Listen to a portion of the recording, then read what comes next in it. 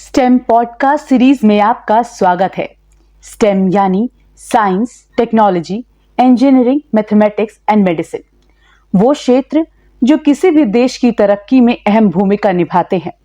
ये 5 क्षेत्र हमारे जीवन का वो हिस्सा हैं जो न सिर्फ हमारी जिंदगी को आसान बनाते हैं बल्कि पूरी दुनिया को आगे बढ़ाते हैं। प्रकृति, धरती, ब्रह्मांड, इंसान, जानवर, पेड़ पौधे और जीवन को समझने का तरीका, विज्ञान के ज्ञान का इस्तेमाल करके नई चीजों को बनाना और डिजाइन करने का तरीका, नई खोजें, नई तकनीक, नई दवाइयां जो देश और दुनिया को आगे बढ़ाते हैं। आइए हम सुने विज्ञान की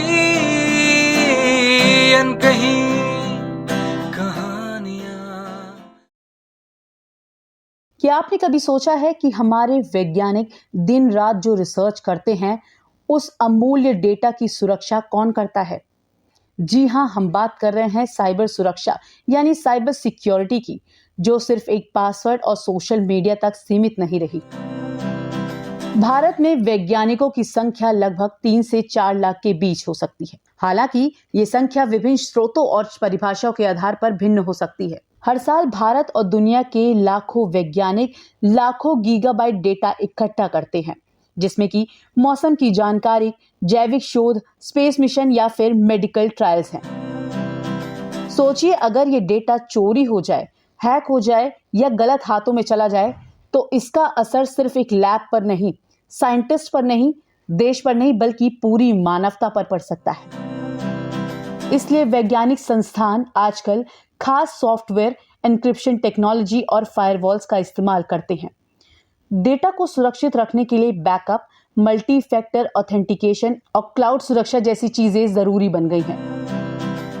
कई बार वैज्ञानिक डेटा को टारगेट करने वाले साइबर अटैक साइबर जासूसी का हिस्सा होते हैं, जहां कोई देश या संगठन दूसरे देशों की खोजों को चुराने की कोशिश करता है।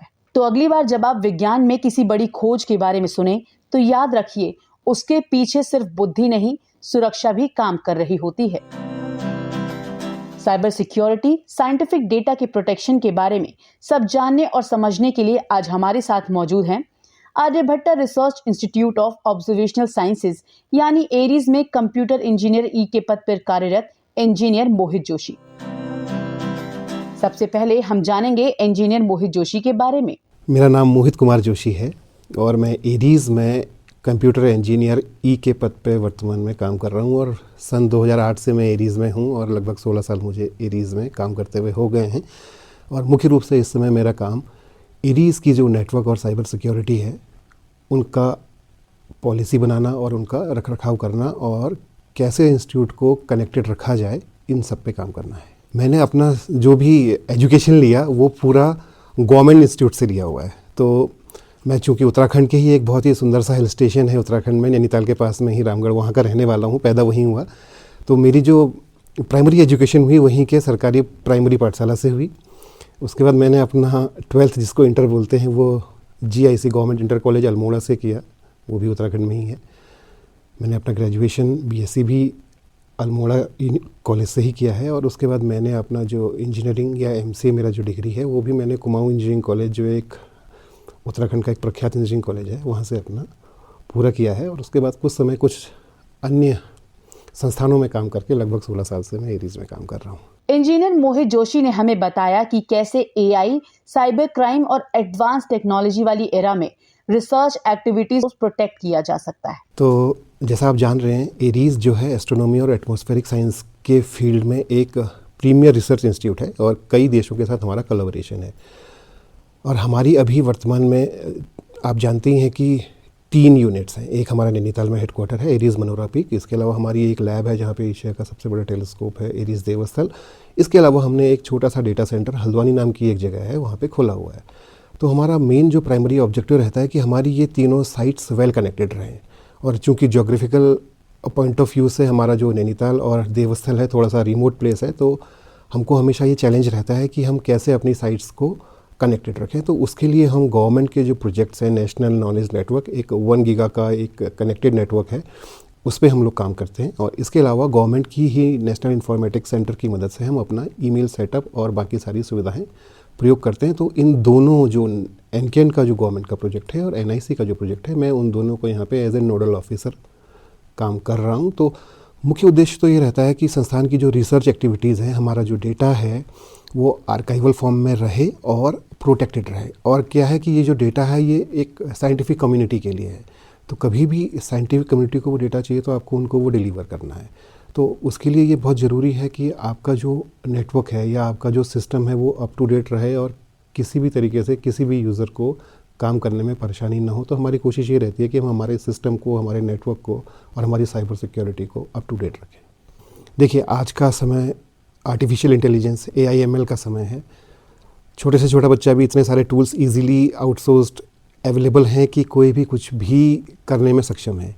और सबसे बड़ी जो एक गलती होती है, हम लोग इस पार्ट को खास करके सरकारी संस्थाओं में नज़रअंदाज करते हैं। लेकिन मेरा ये मानना है कि चूँकि हम एक रिसर्च इंस्टीट्यूट हैं तो हमारी साइबर सिक्योरिटी काफ़ी मजबूत होनी चाहिए। तो हमारे जो भी गवर्नमेंट की गाइडलाइंस हैं हम वो सब फॉलो करते हैं। उसके अलावा हम अपने स्तर से भी हर चीज़ का रिव्यू करते हैं। हम अपने सिस्टम्स पे अपने प्रोग्राम किए हुए प्रोग्राम्स लगाते हैं ताकि बाहर का कुछ भी अगर अटैक हो रहा हो तो हमको रिपोर्ट हो, हमको अलर्ट जनरेट हो और हम इमीडिएटली उस पर एक्शन कर पाएँ। और जैसा आपने कहा कि ये एक वास्तव में चैलेंज है और हम लोगों ने भी ऑब्ज़र्व किए हैं कुछ अटैक, और कुछ अटैक हमको बाहर से हुए हैं। बाहर से मेरा मतलब है geo fencing outside India, but वो केवल अटैक ही हुए, वो हमारे एंट्री पॉइंट तक आए, उसके बाद वो अंदर एंटर नहीं कर पाए। तो ये सब इसलिए था कि हमने और हमारी टीम ने एक बेहतर साइबर सिक्योरिटी का सेटअप बना के रखा हुआ है। और मैं तो जितने भी हमारे सुनने वाले हैं सबसे यही गुजारिश करूंगा, चाहे वो सरकारी सेटअप हो, प्राइवेट सेटअप हो या इंडिविजुअल आपका मोबाइल हो, आप साइबर के जो एस्पेक्ट हैं उनको नज़रअंदाज ना करें। इंजीनियर मोहित जोशी ने हमें बताया कि कैसे उनके इंफ्रास्ट्रक्चर से रिसर्च कर रहे साइंटिस्ट को, सोसाइटी को और साइंस कम्युनिटी को बेनिफिट मिलेगा। जैसा मैंने आपको बताया कि हमारी जो मेजर लैब है वो देवस्थल में है, तो हमारा जो भी साइंटिफिक डेटा जनरेट होता है वो देवस्थल में जनरेट होता है। देवस्थल बाई रोड यहाँ से लगभग 65 किलोमीटर दूर है। और जो डेटा जनरेट हो रहा है उसको फिजिकल फॉर्म में यहाँ पे लाना थोड़ा सा हेक्टिक भी रहता है। तो हमने क्या किया है, यहाँ से देवस्थल का एरीज़, नैनीताल से एरीज़ देवस्थल का जो एरियल डिस्टेंस है वो लगभग 23 किलोमीटर है। तो इन दोनों पॉइंट्स के बीच में हमने एक लिंक इस्टेब्लिश किया है जिसको हम PTP लिंक बोलते हैं। तो आप ये कह सकते हैं कि एक तरीके का वाईफाई है। अगर मैं लेमन भाषा में बात करूं तो ये एक तरीके का वाईफाई है जो हमारी दोनों साइट्स को जोड़ता है। तो हम यहाँ से अपना इंटरनेट और वॉइस, टेलीफोन देवस्थल ट्रांसमिट करते हैं और उसी लिंक के थ्रू हम जो वहाँ पे डेटा जनरेट हो रहा है उसको यहाँ पे लाते हैं। तो वहाँ पे केवल हमारी लैब है और जो यूज़र्स हैं वो सारे यहाँ बैठते हैं।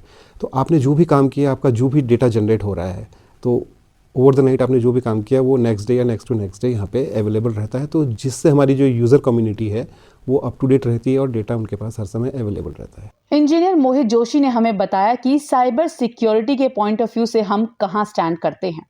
देखिए, इतना बड़ा देश है हमारा देश, भारत जनसंख्या आप भी जान रहे हैं, हम उसमें नंबर 1 है। तो आपने कहा कि साइबर सिक्योरिटी के पॉइंट ऑफ व्यू से, तो वो तो मैं अपडेट अभी नहीं हूँ कि हमारी क्या रैंक होगी, लेकिन इतना मैं ज़रूर जानता हूँ कि जो यूरोपियंस हैं और US वगैरह हैं वो हमसे कहीं आगे हैं। तो हमें एक जिसे कहते हैं ना, हर चीज़ के लिए हमारे देश में ज़रूरत होती है जन जागरण अभियान की।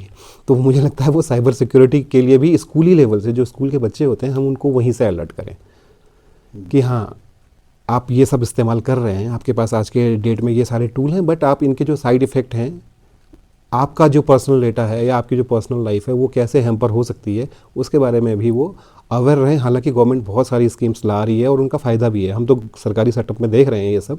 गवर्नमेंट की जो योजनाएं हैं, गवर्नमेंट की जो हमारे संस्थान हैं, सर्ट है या NIC है या ऐसे और भी कई सारे संस्थान हैं जो लगातार काम कर रहे हैं। लेकिन ये बात भी सही है कि हम लगातार सुनते हैं कि आज सरकार की ये वेबसाइट में अटैक हुआ या ये वेबसाइट हैक हुई। तो थोड़ा हमको अपने सिस्टम को दुरुस्त करने के लिए मैं समझता हूँ कि किसी PPP मोड में जाके किसी संस्था की मदद हम ले सकते हैं।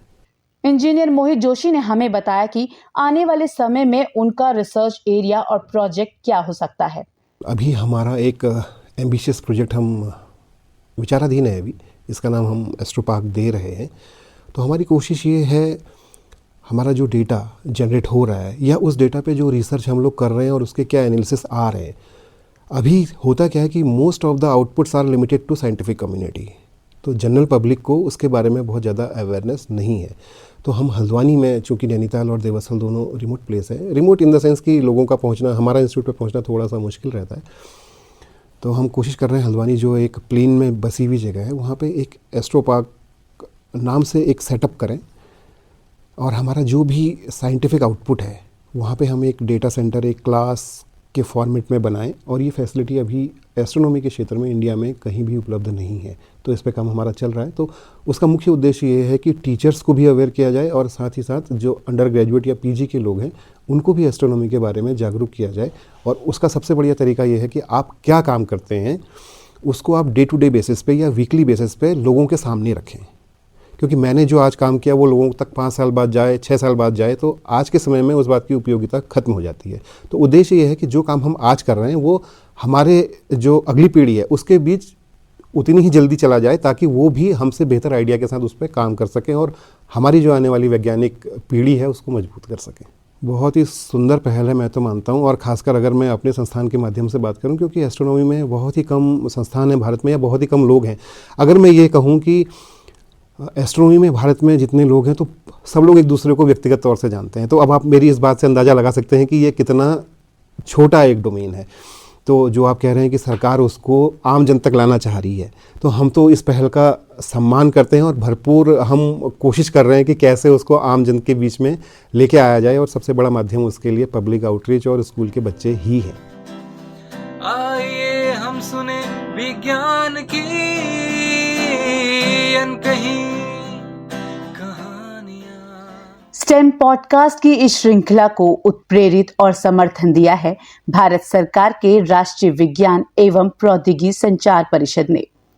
प्रोग्राम को produce media for community foundation ने किया है तथा तकनीकी सहयोग जयंतिका त्रिपाठी द्वारा दिया गया है।